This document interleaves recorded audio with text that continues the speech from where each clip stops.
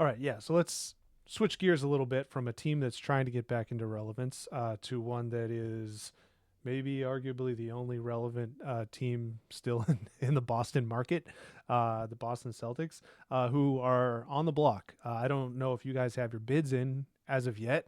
I think they turned mine down. It didn't meet the reserve at last check on eBay. But you know, how big of a alteration to this franchise do you guys think is going to be for a new ownership group coming in? Obviously, one that the group that's been led by the Grousebecks has been stewards for a long time. To hear them tell it, they've won 17 world championships in the last 16 years, as opposed to a grand total of two. Um, but when you're looking at the ownership situation, is there anything that this current crop of players should be concerned about or watching as a new ownership group starts to come in?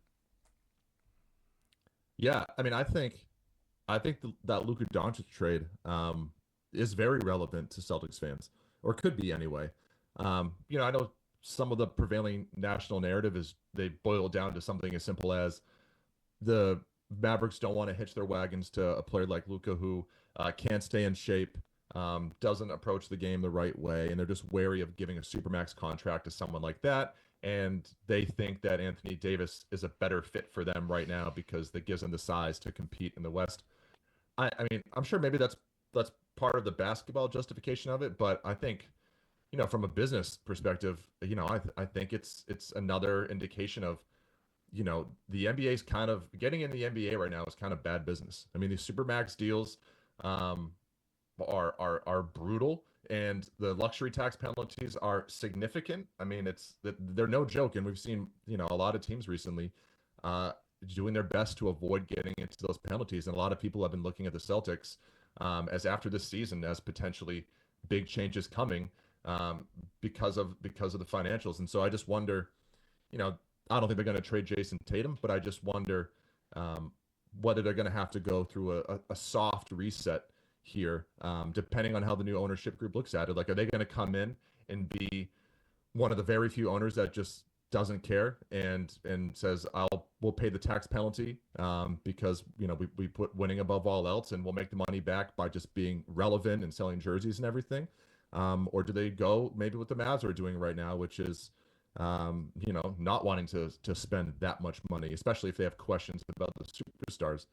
And so I do wonder if they're gonna have to consider trading someone like Jaylen Brown as I think the more likely candidate.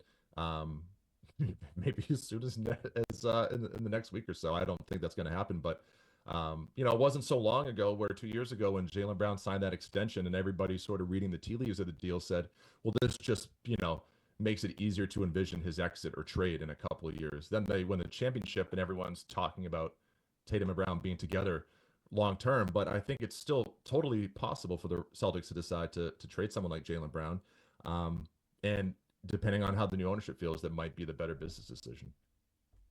Yeah, I mean, it seems like every week Jaylen Brown is pissed off about something new or making some sort of cryptic comment. So I would think that he would probably be the one to go. And at the same time, like maybe the lesson from the Luka Doncic trade is like shop your stars because the Jimmy Butler situation, Miami's clearly going haywire. Like that should scare any owner. And like obviously Jimmy Butler is a unicorn insofar as he has done this type of thing pretty much everywhere he's been to force his way out. So it's like, I'm not saying that you have to expect that to be a common thing, but more so than any other league, stars get traded. Unicorn And count is at two for Logan, by the way. Mookie okay, Betts and Jimmy Butler. Unicorn. okay, Two I'll stop with unicorns. the unicorns. It's a I two forgot if I unicorn episode.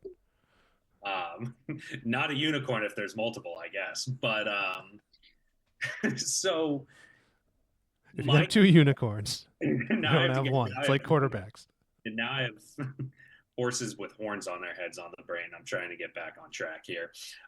So, shop your stars, right? So the the Mavericks, like maybe Anthony Davis for the next 4 months, that is a better move for the Mavericks than Luka Doncic, especially if they don't think they can trust him long term.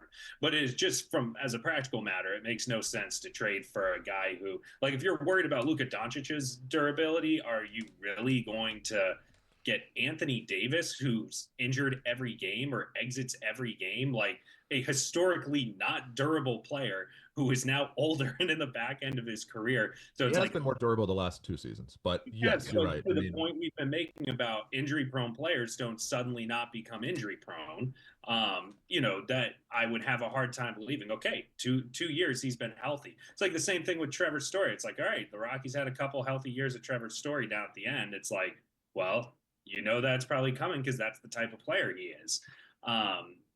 So the point being, though, is that who would have thought that Anthony Davis and just some first round picks would have been enough to get that deal done? So if you're the Celtics and you have Jaylen Brown, who at any given point could have a foot out the door, because that does kind of seem to be his MO, is at least making cryptic comments or being unhappy in some way, why would you not see what the market is for him? Because if teams are as stupid as the Mavs seem to be and willing to trade talents like Doncic, like, it's the nature of the league. I don't see anything wrong with that. So just a contract set. So essentially, Jaylen Brown, Jason Tatum, and Derek White are signed through the end of 2029. Derek White has a player option for that year for $34 million, but I can't see him not taking that. I know he's improved, but given where he'll be in his career, I feel like a $34 million AAV might be the big most he can get for that year. I might be wrong. Holiday is signed effectively through 2028 because he also has a player option. And there's no way that Drew Holiday at that stage of his career is not going to take that player option. So yeah, you've got a lot invested in those guys, and that's without Kristaps Porzingis. Obviously it's without Al Horford, who at that his contract is up after this year. So, but there's a lot of money tied up, and the best way to get out from under that situation where Derek White and Drew Holiday, White might be movable at that point. I don't think Holiday is going to be movable. It's gonna be like 37. Yeah, trading Brown or Tatum is the easiest way, money wise, to alleviate that problem. But to the point about ownership, so I think after the Grossbacks have done this whole thing about we're not the owners, we're fans, yeah, yeah, yeah.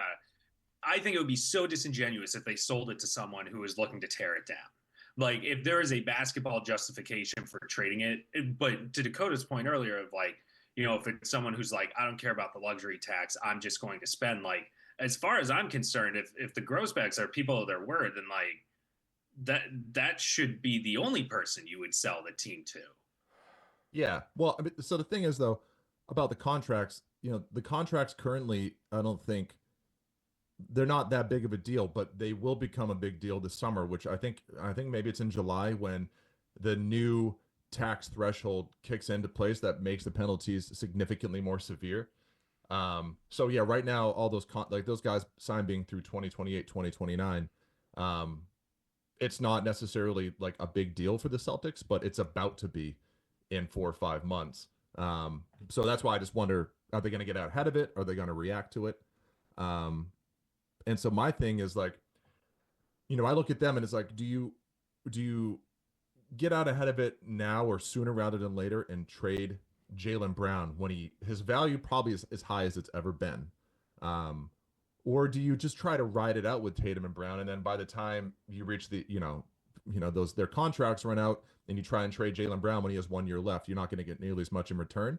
I think there are arguments, for both of them, because maybe the best thing is to ride it out with Tatum and Brown and keep augmenting them with solid players rather than what they have now, which is really like 5 all-stars in their starting lineup. Yeah. There's also the possibility that by 2029, $70 million a year for an NBA star might not be all that, it might not be outlandish. There's a chance it might be more outlandish, depending on where the next round of TV money and the CBA ends up. What's that? But that's what I'm wondering is the TV money. Will that be? That might be an outlandish number at that Yeah, point. exactly. Yeah. But there's our situations, once upon a time, it seemed like an outlandish amount of money to pay, Michael Jordan in 1991. By 1997, he was a bargain. Well, I think the fascinating sidebar to this whole thing for me is, you know, what owner is going to sign on for this whole thing, paying those kind of tax penalties, without owning the building. Yeah. The That's a Celtics good don't point. own the Yeah. building, and so my assumption is just that, or my wonder is that, is someone going to come in and try and buy the Celtics, with the plan of, I don't know if they could just buy the building from the Bruins, or would they try and, what a lot of people speculate is, try and develop a new one out in Everett or something, or in Yeah. the Seaport district, or whatever, to try and recoup some of those, some of that money that they're spending on the roster, by concert revenue, event revenue, whatever it may be. I think there's a decent chance that, with a new owner for the Celtics, could potentially come plans for a new building, which would just, I don't know, it'd be interesting to see what that would look like. Yeah, 100%. I think the new building thing is absolutely on the table. I mean, we've seen, look at the Crafts. They're trying to move into the political realm. In my opinion, about 65% of that is motivation of wanting to build a soccer stadium in 100%. Boston. Yeah. Totally. So yeah, and there's a lot of places. I mean, you mentioned the Seaport. I'm sure that people are priming stuff in. There's obviously the practice facility that they built. Chinatown. People have been trying to develop that for sports forever. So yeah, 100%. I feel like whoever takes control of it, their next question is going to be, where can we build a new arena? And the answer might be nowhere, but that's definitely going to be a question that they ask. Have you guys heard the conspiracy theory on, why the Dallas ownership, moved on from Luka? No, if there's a conspiracy theory, trust us. We rely on you to tell us. We only go through verified sources, so let us know what you're hearing. Yeah, I want to make sure I don't butcher it, but I think basically the way it is that the ownership group now that Mark Cuban sold the majority to, I forget their last names, but they're big casino people. They're big betting people, and there currently isn't any betting allowed in Texas. So their plan is to trade Doncic, save face by getting someone like Anthony Davis, but really, in essence, degrade the Mavs to a point where they can realistically threaten to relocate them, because it's easier to relocate a team when they're bad, right? And then by threatening to relocate the Mavs, the family can lobby the state to push through legalized gambling and betting so that they can actually build casinos in Texas. Where would they threaten to move besides I don't know. Dallas? They bought the team like a year and a half ago. Why wouldn't you just wait and buy a team that actually could be relocated? Like, Dallas is a major market.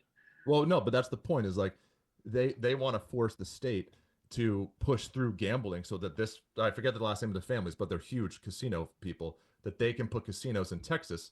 And that, in a way to sort of bribe the state, they'll be like, well, we're going to relocate the Mavericks, who are a revenue generator, if you don't push through gambling. And it's easier to realistically threat relocation if the team stinks. And a good way to make the team stink is to trade their generational talent. I'm not saying it was a credible conspiracy theory, but it's fun. Yeah, I mean, I take it from somebody who lived in Texas for 18 years. Unless there's Jesus thrown behind it, I don't think that government's going to start just popping up casinos because they're threatening to move the Mavericks. You can't do a damn thing in that state in the first place. So I'd be hard pressed to believe that's going to come to pass. Best thing I heard is this is the second time an LBJ has been the direct beneficiary of a murder from Dallas. Oh yeah, that's tough but true. I guess, well, very quick, what would you guys do if the plan was to somewhat break up the Celtics? What would your path be? I mean, mine personally would be trade Jaylen Brown for the next Pritchard. 3-and-D guy, or the next stretch big, is what I would do. Yeah, it would definitely be trading Jaylen Brown.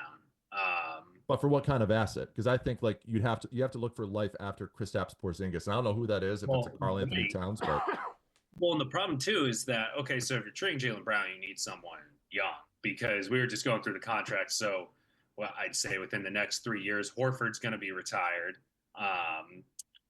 Drew Holiday's 34 already, so he's closer to the end than the beginning. The other three guys are up in 2029. So, like, if you trade Jaylen Brown, it has to be the not a yes, a win now move, but also not a win now move. So yeah, I mean, I don't know what an apt comparison would be, but if you truly believe Jaylen Brown's like a top 15 player in the NBA, you have to get equal value. Maybe they Like call Brown it for Sabonis, someone like yeah, Brown for Sabonis, or some that being the focus of it. Because I just think, I in the wouldn't. NBA, you need someone like Porzingis these days. Maybe not that good, but you need a stretch big who is dynamic, or certainly helps a lot. Or maybe I just think if you're the Celtics, you could say we need that more than we need two elite wings. I don't know. I wouldn't be thinking players. I know Danny Ainge isn't here anymore, but if I'm going to trade Jaylen Brown, I'm thinking picks, because I don't think that there's a world that you get a player who brings what Jaylen Brown does at a better price point than Jaylen Brown does. The only way that you potentially get that is a rookie, someone on a rookie contract, so to speak.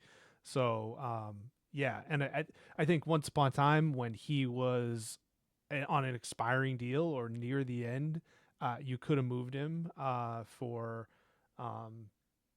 for like a Lauri Markkanen or somebody, but now those deals are those are not going to happen, because you're moving a guy with there's a lot of years dedicated to him. No team is going to be swapping that when they have to look at paying him 60, 65, 71 million over the remainder of this deal.